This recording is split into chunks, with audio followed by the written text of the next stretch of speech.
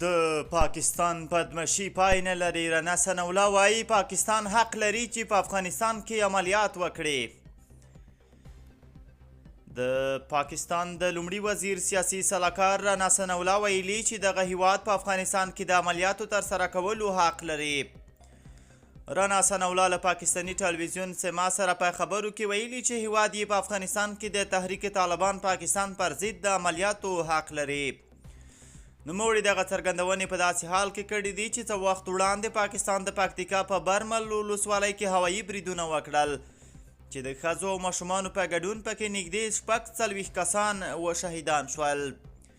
د پاکستان د لومړي وزیر سیاسي سلاکار وایي د پولو له بلې غاړې د عملیاتو په اړه د نړیوالو قوانینو له مخې باید وویل شي چې که یو هیواد د بل هیواد له خاورې څخه د برید ګواښ وکړي او یا پرې برید وشي نو دا هیواد حق لري چې هلته د خپل ځان د ساتنې لپاره عملیات وکړي.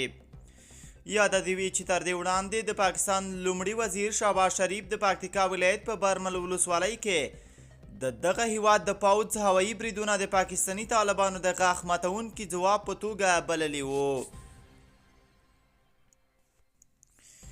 بلخوا TTP ته نږدې سرچینې وایي پاکستاني طالبانو اول ځل په جګړه کې توغندی وکاروه.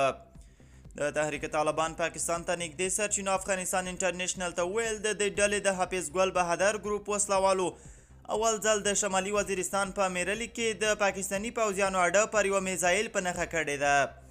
د افغان طالبانو تر واکمنېدو مخکې دې ډلې هم ورته توغندي د افغان ځواکونو پر ضد کارول.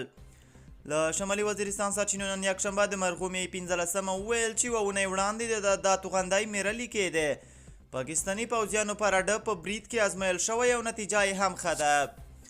حافظ ګل بهادر ګروپ هم د دې میزایل انځور په ټولنیزو رسنیو کې خپور کړی دی. د TTP ځایي وسلوال چې دا توغندی لیدلی په هکله یې وایي دا میزایل په دومره